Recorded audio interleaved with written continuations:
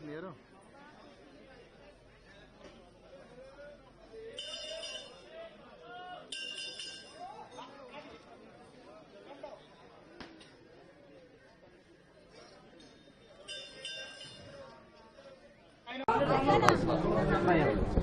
आज जैसा कि हम जानते हैं कि श्रावण मास की अमावस्या है, जो कि हरियाली अमावस्या के नाम से प्रचलित है।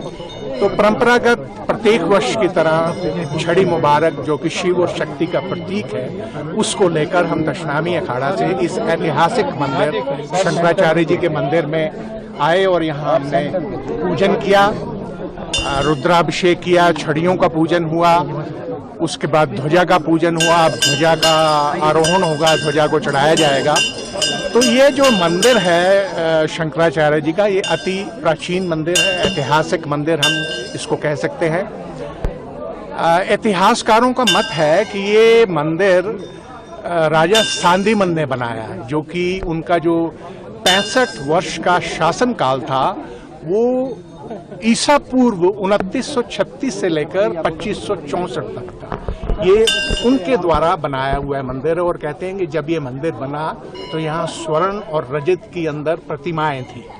तो चूंकि कश्मीर एक क्विक प्रोन एरिया है, यहाँ अनेकों बार भूकंप आए, इसके डोम को क्षति हुई, तो विभिन्न कार्यकालों में राजाओं के, उसमें मुस्लिम राजा भी थे, एक सिख गवर्नर थे, तो उन सब ने इस मंदिर को जैसे जैसे क्षति होती रही इसको दुरुस्त करते रहे। तो आज हमने प्रेम पूर्वक आए और यहाँ महात्माओं के साथ हमने शिव और शक्ति स्वरूपनी छड़ियों का पूजन किया।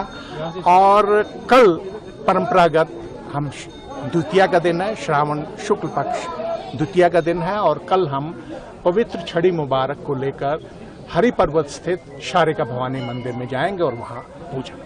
सर, उसके बाद क्या आगे रहता है? कितने मंदिर में जाते हैं और सावन पूर्णिमा के दिन आप बाबा की जी, अब उसके बाद हमने तृतीया, आज है अमावस्या, उसके बाद है प्रतिपदा। प्रतिपदा द्वितीया को छोड़कर तृतीया को इन शटिकाओं को पूजन करके दशनामी अखाड़ा श्रीनगर में स्थित अमरेश्वर मंदिर में स्थापित कर दिया जाएगा और आम आदमी जो जन साधारण है वो उसके दर्शन आके कर सकता है। उसके बाद नाग पंचमी, जो कि 29 जुलाई को है, वहां पर विधिवत पूजन होगा। उसके बाद 4 अगस्त दशमी के दिन हमेशा की तरह पूछना चाहूंगा, ये जो होली मेष है छड़ी, इसका महत्व क्या है? जी, छड़ी मुबारक वास्तव में ये शटिकाएं हैं। छड़ी मुबारक, it sounds as if it is one, लेकिन ये वास्तव में 2 शटिकाएं हैं। ये है कास्ट की, लेकिन इनको प्रोटेक्ट करने के लिए रजत जड़ित है, सिल्वर कोटेड है। तो जो प्राचीन कथा है वो, ऐसे तो कश्मीर प्राचीन काल से ही शिव उपासकों की धरणी रही है। यह जो स्थान है कश्मीर, ये कश्यप ऋषि के समय बसाया हुआ है। ये पूरा जलमग्न था और इसका नाम जो पौराणिक है वो सतीसर, जैसे अमृतसर और दूसरे सर का अर्थ सरोवर, ये पूरा पानी में था। तो यह कश्यप ऋषि ने इसको ड्रेन आउट किया इस पानी को, और उस समय ये पूरा जलमग्न था। 3 शिखर नजर आते थे, हरमुख जो कि गांधरबल डिस्ट्रिक्ट में है, विष्णुपाद जो कुलगांव डिस्ट्रिक्ट में है, और अमरेश जो कि अमरेश्वर और अमरनाथ जी, अब इसका प्रचलित नाम अमरनाथ जी है। केवल वो पूरा जलमग्न था, 3 शिखर हमें नजर आते थे, हरमुख, विष्णुपाद और अमरेश्वर।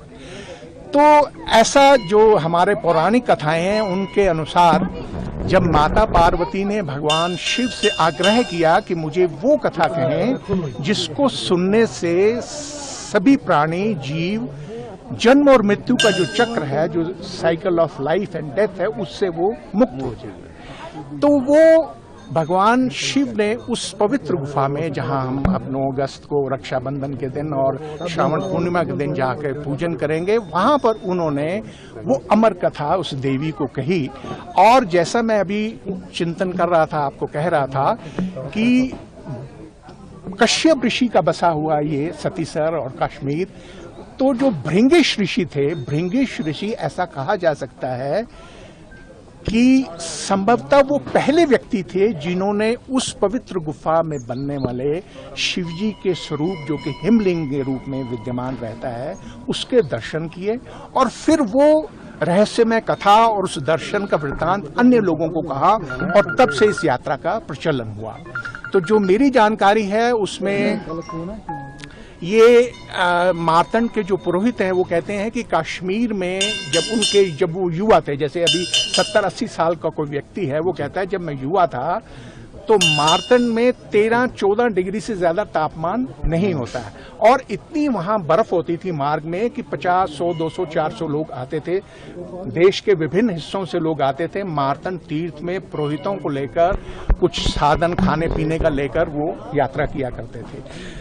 तो जो सबसे पहले जो पड़ाव शुरू होता है वो कहते हैं कि नंदी को भगवान शिव ने जब कथा सुनाने गए किसी निर्जन स्थान की तलाश में थे कि ऐसा निर्जन स्थान में मैं वो चीज उस रहस्य में अमर कथा को कहूं जिसमें कोई अनाधिकारी उसको सुन ना पाए। तो उन्होंने सबसे पहले नंदी को छोड़ा पहलगांव में। बैलगांव से अब ब्रंच होके बन गया पहला गांव या बैलगांव। उसके बाद चंदनवाड़ी में उन्होंने चंदनवाड़ी का विसर्जन, चंद्रमा का विसर्जन किया। शेषनाग में शेषनाग को छोड़ा।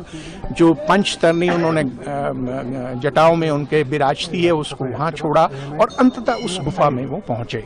तो जब इस समय यात्री जब धीरे धीरे बढ़ने लगे तो कहते हैं कि ये जो पिस्सू टॉप है, यहाँ पर पिस्सू नाम का दैत्य हुआ करता था। जैसे रामायण में कहानी है ऐसे नागाकोटी में यहाँ असुरी शक्तियों का वास होता था।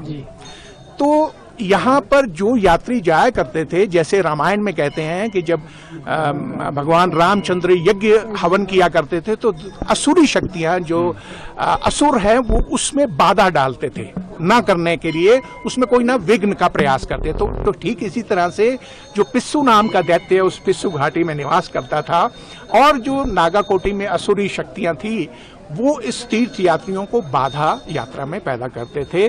तो सब ने मिलकर ये आराधना किया भगवान शंकर ने कि कोई ऐसा उपाय बताएं जिससे हमारी यात्रा ये निर्विघ्न हम संपन्न कर पाए।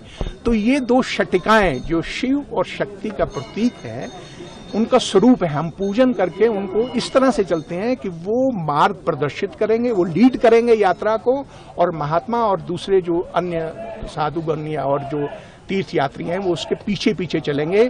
तो कहते हैं कि नाग पंचमी के दिन आप पूजन करके मार्ग में आने वाले इन पड़ावों का जिनका मैंने अभी उल्लेख किया, यहाँ पूजन करते हुए, इसी सामग्री से पूजन करते हुए आप उस पवित्र गुफा में श्रावण पूर्णिमा के दिन आप पहुंचेंगे तो आपकी यात्रा निर्विघ्न होगी और आपके जो मनोरथ हैं वो सिद्ध होंगे। तो ये छड़ी मुबारक इस तरह से हमारा शिव, भगवान शिव और माता पार्वती का स्वरूप है, ये लीड करती हैं और हम उसके साथ चलें। Thank you.